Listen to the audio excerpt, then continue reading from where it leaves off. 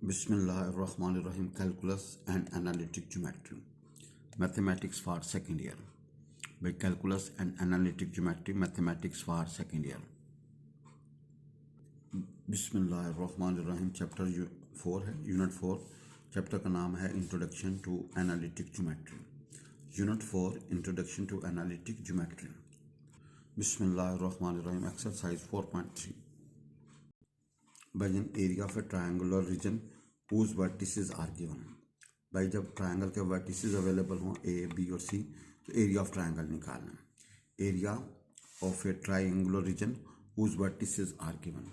भाई अगर हमारे पास वर्टिसेस हैं ए बी एंड सी तो आपने एरिया ऑफ ए ट्रायंगल निकालना चाहिए। Now first of all equation of B C. भाई बी सी की मसावात निकालें। दो पॉइंट्स हमारे पास हों तो क्या होगा, एक्स वाई पहली रो में, फिर पहला पॉइंट और दूसरा point X two Y two X three Y three और साइड्स पर तीसरे कॉलम में 1 1 1, इसका डिटरमिनेंट इक्वल टू 0। ये बी सी की मसावात निकलेगी। इसको बाई जन सिंप्लीफाई करेंगे। एक्स इंटू क्या होगा वाई टू मनफी y three minus y into क्या होगा एक्स टू मनफी एक्स थ्री प्लस होगा एक्स टू वाई थ्री मनफी x three y two equal to 0। अब भाई जन ये लाइन निकलाएगी। No length of altitude from A to B C. भैया ए से बी सी तक का फासला निकाला। Length of altitude from A to line B C. भाई क्या करें, पॉइंट को लाइन में दर्ज कर दें जी। भाई पॉइंट को लाइन में दर्ज कर दें। ओवर क्या करेंगे, एक्स और वाई के कोएफिशिएंट का स्क्वायर करके सम करके ऊपर जैसे तो पॉइंट को लाइन में दर्ज करें। ए को एक्स या पे एक्स वन, वाई की जगह वाई वन, ऊपर मोड और नीचे एक्स और वाई के कोएफिशिएंट का स्क्वायर एंड स्क्वायर रूट। भाई एक्स के कोएफिशिएंट का स्क्वायर प्लस वाई के कोएफिशिएंट का स्क्वायर ऊपर स्क्वायर रूट।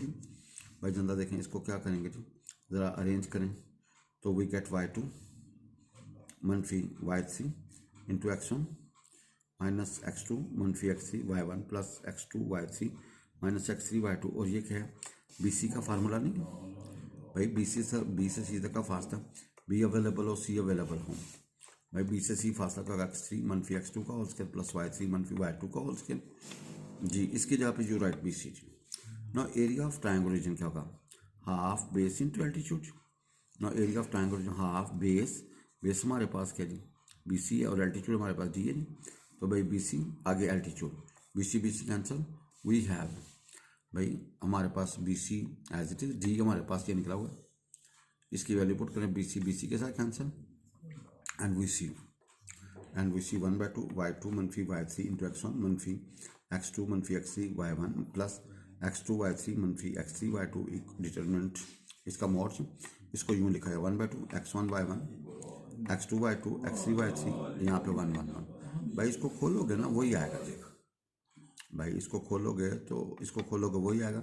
इसको बंद करोगे तो क्या होगा, एक्स वन इंटू क्या होगा वाई टू मनफी y three minus y one क्या होगा एक्स टू मनफी एक्स थ्री प्लस 1 इंटू क्या होगा एक्स टू वाई थ्री मनफी एक्स थ्री वाई टू जी। तो भाई जान ये हमारा एरिया ऑफ ट्रायंगल निकला जी। Find the area of region boundary whose vertices, boundary of the triangle with vertices A B और सी अवेलेबल। भाई एरिया ऑफ द रीजन निकालना है bounded by the triangle with vertices A B and C. भाई triangle का area का half base A point फिर B point फिर C point और साइड पे 1 1 1। भाई A point B point and C point और तीसरे कॉलम में 1 1 1 अकॉर्डिंग टू फार्मूला। क्योंकि formula area of triangle region का था पहला पॉइंट दूसरा पॉइंट तीसरा पॉइंट साइड पे 1 1 1 और 1/2 से क्या करना जी मल्टीप्लाई जी। Now we have R2 minus R1 करते हैं जी। भाई जन इसको एक्सपेंड करेंगे तो वी गेट -2AC जी। भाई -2AC जी। और एरिया हमेशा क्या होता है जी पॉजिटिव जी। भाई एरिया हमेशा क्या होता है पॉजिटिव जी। दस एरिया ऑफ ट्रायंगल क्या होगा 2AC ji. Area of triangle क्या होगा 2AC। By considering the area of a region bounded by the vertices check whether these points are collinear or not। वे पॉइंट्स कोलिनियर हैं कि नहीं जी। by considering the area of a region, आपने area of via question को हल करना via taking area of region. Now A is available, B is available, C is available. 1/2 पहला पॉइंट दूसरा पॉइंट तीसरा point 1 1 1 1 expand from R1 we get 0 जी। भाई जन we get 0। Thus the points are collinear, points क्या होंगे जी collinear होंगे जी। भाई अगर ये पहला पॉइंट दूसरा पॉइंट तीसरा पॉइंट 1 1 1 1/2 से मल्टीप्लाई किया तो एरिया ऑफ ट्राइंगल का फार्मूला वो 0 आ गया। इसका मतलब पॉइंट्स क्या नहीं कोलिनियर हैं। If the points P Q R collinear then determinant क्या होगा 0 जी 1/2 पहला पॉइंट, दूसरा पॉइंट, तीसरा पॉइंट, थर्ड कॉलम में 1 1 1, इसका डिटरमिनेंट इक्वल 0। इसको बाई जम 2 को उधर भेज दें तो we gate x1/1, x2/2, x3/3, 1 1 1, इसका determinant equal 0 is the condition to check whether these points are collinear और नॉट। भाई ये फार्मूला बन गया चेक करने के पॉइंट्स कोलिनियर है कि नहीं। पहली रो में पहला का पॉइंट, दूसरी रो में दूसरा पॉइंट और तीसरी रो में तीसरा पॉइंट, और साइड्स पे क्या होगा 1 1 1। अगर इनका डिटरमिनेंट 0 हो तो भैया पॉइंट्स क्या होंगे जी कोलिनियर होंगे जी। पॉइंट्स क्या होंगे जी कोलिनियर होंगे। अगर भाई इनका डिटरमिनेंट 0 हो तो भैया पॉइंट्स क्या होंगे जी कोलिनियर जी। बिस्मिल्लाहिर्रहमानिर्रहीम। Find the slope and angle of inclination of the line joining the points, sketch the line in each case। भाई कहता है फाइंड द स्लोप निकालनी एंड एंगल और इसका inclination of the line joining the points. भाई ये दो points हैं, अभी इनको ज्वाइन करके लाइन बनेगी, उस लाइन का इंक्लिनेशन निकालना है, उस लाइन की स्लोप निकालनी और sketch the line. Version A available है, B available. If m is the slope of the line, m किसके बराबर होगा y2 - y1 over x2 - x1, we gate 1। और स्लोप को टेनर से शो करो, टेनर थीटा इज इक्वल 1 तो theta बराबर होगा 45 डिग्री।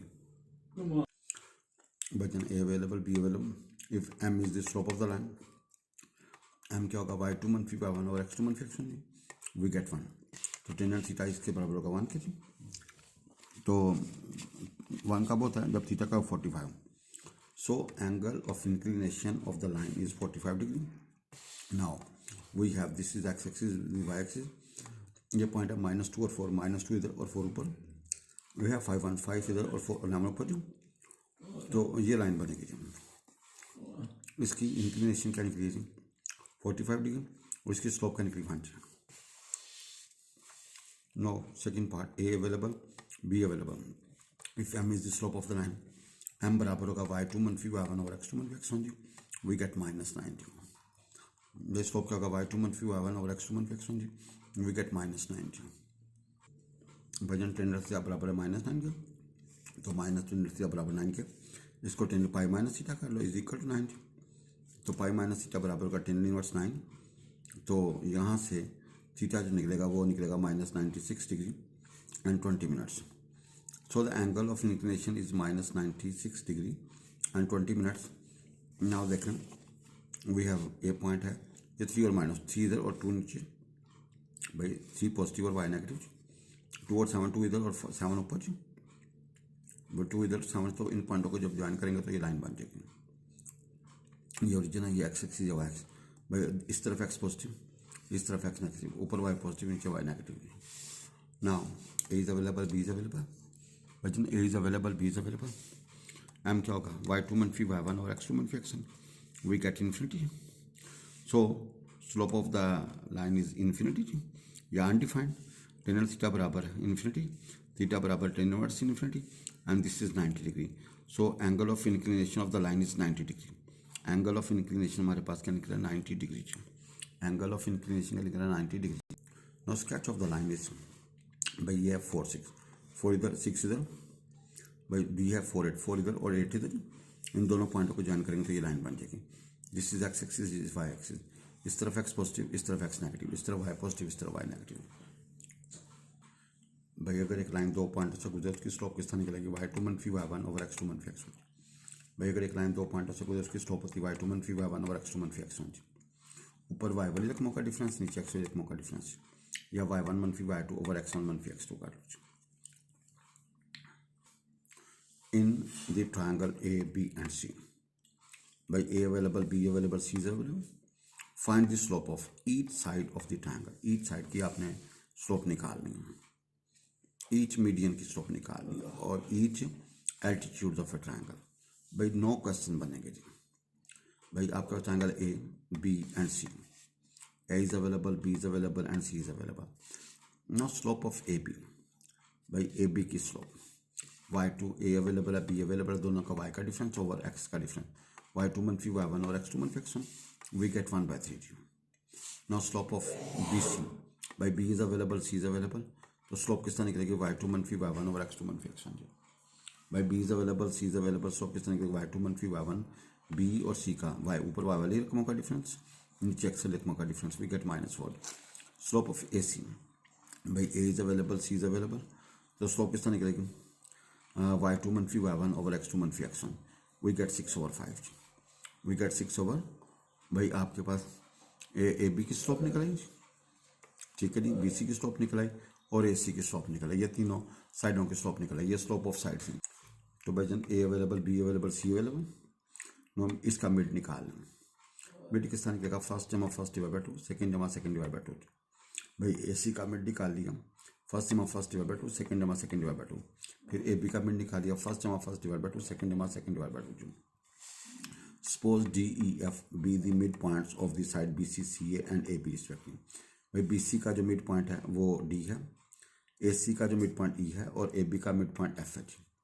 अब स्लोप ऑफ मीडियन AD बाई जन A अवेलेबल, D अवेलेबल, तो क्या होगा A available, D available, Y two मनफी Y one over x two मनफी x one, we get 8/11। Median आपका BE है, तो वाई टू मनफी Y one over x two मनफी एक्स वन -2/7।